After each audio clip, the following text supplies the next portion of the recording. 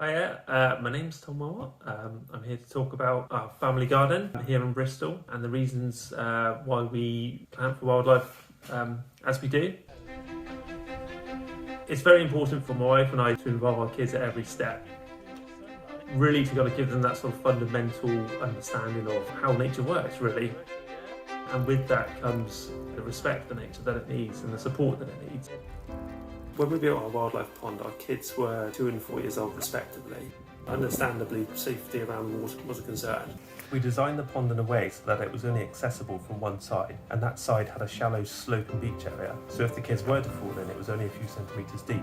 And coincidentally, that's actually a better design for wildlife. So you can certainly design your ponds in a safe way.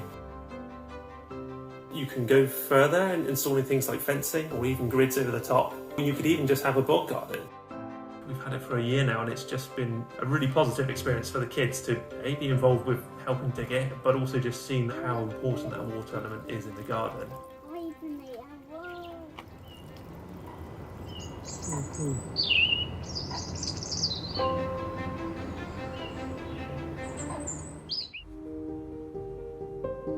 Welcome to my garden.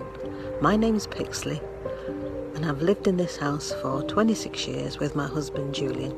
When we first moved in, it was a blank canvas. There was just a lawn and the garden was overlooked on all sides with no privacy. Today, it's a different place that now attracts birds and other wildlife. I'll show you what I mean. As part of the development of the garden, we've introduced a number of different areas, such as this gravel area, which has plants that love shade. The birds seem to like it under here because it's quite cool and there's a few trees that you can perch on. This time of the year the birds get really thirsty, and we've got a few water stations. We've got this bird bath, which is very popular. And as we leave the secret garden, we approach the main pond on the right. It's probably got far too many plants in it, and especially in the summer when it's very hot, they get very thirsty. When we introduced the main pond, we soon realised that actually you need a pickaxe to get right down as deep as you can so that we could bury the pond liner that we'd bought, which was quite rigid. I think if we'd used a soft pond liner, it would have been a lot easier. Lesson learned.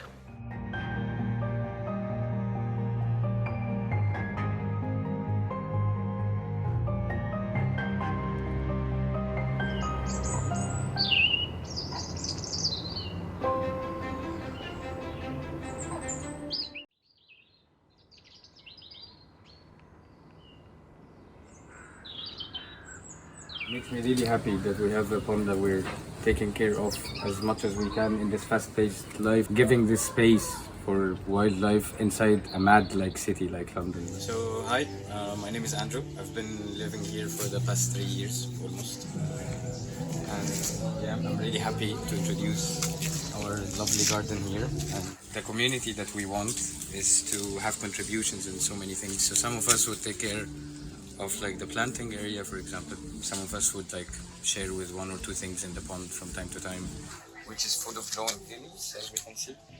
Yeah, I haven't been here for the past 2 weeks, and this was a surprise for me when I came back. They started opening up more.